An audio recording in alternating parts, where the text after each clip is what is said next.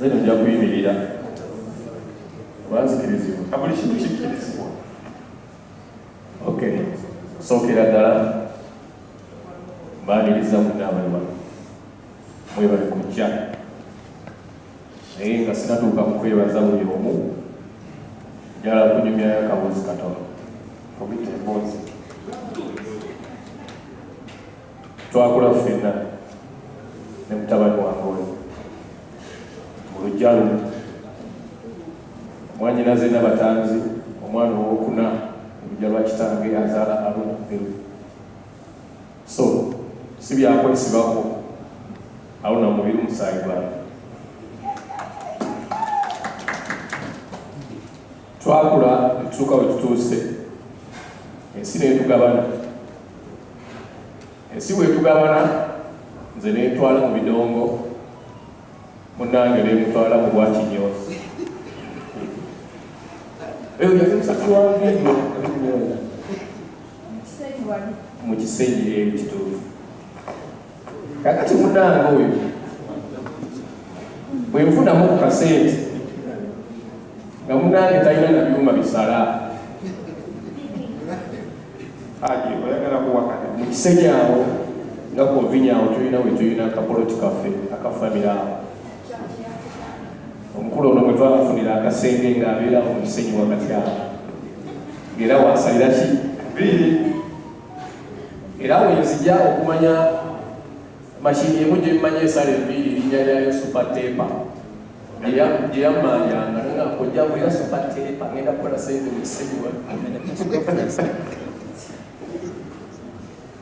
nenzijukira nga banakula bbiri wali agala kukola saawuli naawe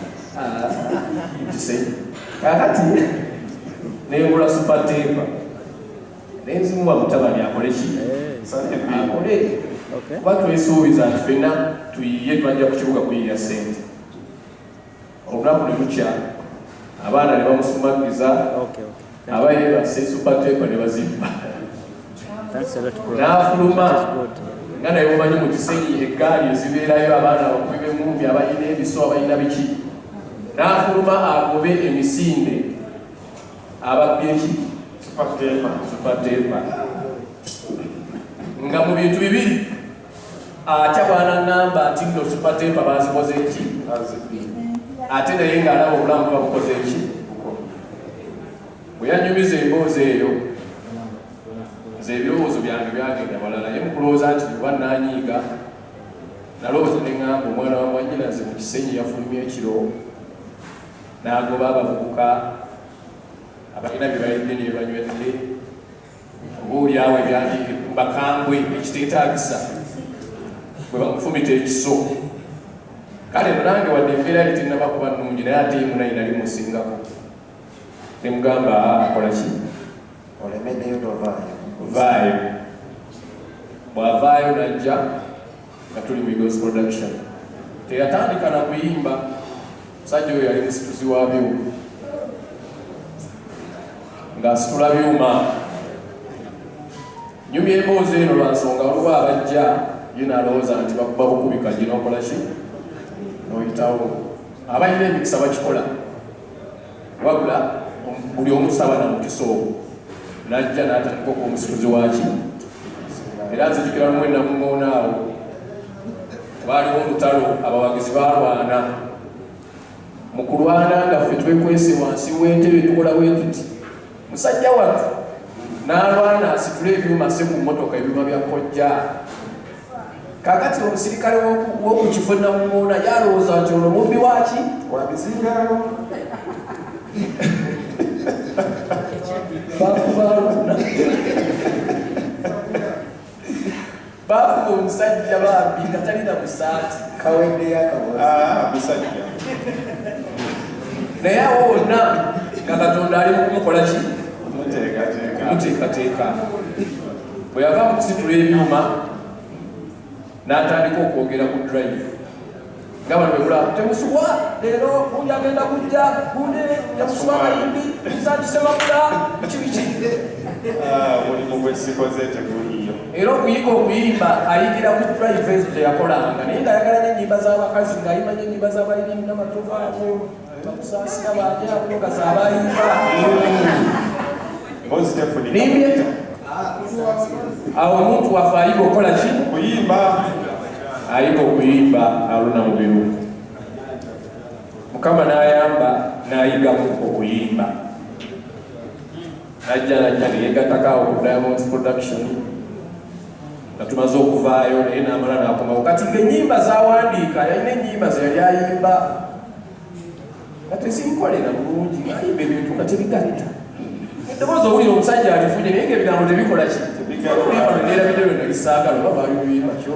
nali nsaaga simanyi nali nsaaga simanyi nali ki nga bijaawo tebikola ki nga byakutulayivu twalina jamu yafunya mu seshoni yaffe ku ewaayi kakati ngenda okuwulira bwe nali nfuluma nga ngenda n'okugenda Haruna n'alijja ayimbe ngenda okuwulira ayimba ekitooke kifansakira noyogoolina wayimbe naye nali nfuluma nempulira nenyimirira ku geeti bwenti enyimirira ku geeti ngenda okuwulira nga omusajja alabika yafunye eki oluyimba naye nga tamanyi biyimba bwe buggwa nenkomawo emabega nezija ne mugamba enkya tukeera mu studio kakati mugamba enkya mutukeera mu studio ate ansibuwalirako aŋŋamba ku luyimba kikoze olulova okuyimba nti ate namutunze nimukuba oluyimba nti waluguzizza nti ng'omuntu gwe yaluguzizza muntu wange naye kati nga ate noono njagala akole ki yali aluguzizza mulongo Katonda Lwama kyokka mulongo Katonda Lwama taata wange mu music naye aluguze naye aluwadde ani Mutiibwa Lorraine Mutiibwa nga naye tebandagenda mu ki neŋŋamba kakati gwe alumuna ebisigadde tukirire mu studio twakeera mu Dream Studio wayawe okugenda okukola oluyimba ekitooke kifaaki kifansali mulongo n'asanga misaaki wakoze eki ne mugaa taata nsonyiwa naye omwana ono awookebwadde alina okuyitira era Katonda n'atuyamba okuva ku kitooke kifansalira tadda amabega so bingi byensobola okunyumya ku Haruna bingi nnyo naye nze wano wendi ndi mu birooto byange buli muwagizi alyeyo owagira Haruna Mubiru oba owagidde ani kubanga kino nze kyenjagala bwe twamaliriza ebyo byonna bangi bagendanga nebabulabanga kompetita wange naye intentional I did it atire mu layini bweyitidde tusobole okuyitawo Mukama mulungi tuyiseewo ne tuluka gye tukoze waliwo abaala ba advantage abo nga tuli mu Eagles Production sajja atubbi ne batandika okulekawo embeera nga bo bateekawo embeera nti oba oliawo tetukolagana nani bo nga balabye advantage ekola sente nga naye tebasobola zikola nga ate alinaffe ne bateekawo embeera n'afuluma ekibiina bwafuluma ekibiina nze gyendi byali emirundi emeka gyagenza omwana wange agenze kufuna okusinga bwe yabifunye ng'ali wano naye ate nga bali balina teeke gye baali bakozesa embi eraga nti oba waliwo n'engeri yaki yembiranyi era waliwo olumulu twali ku konsatiyo ne babawo omuntu omwe yayogera misaki ogwo omuze okulemesa abaana mulina okweddako basajja mmwe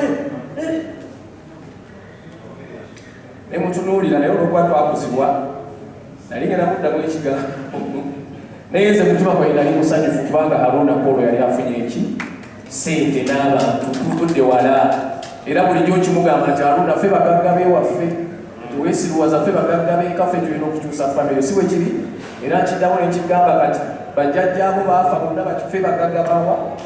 tulina okukyusa famire eyo Mukama mulungi Haruna bwe yatuuka gyatuuse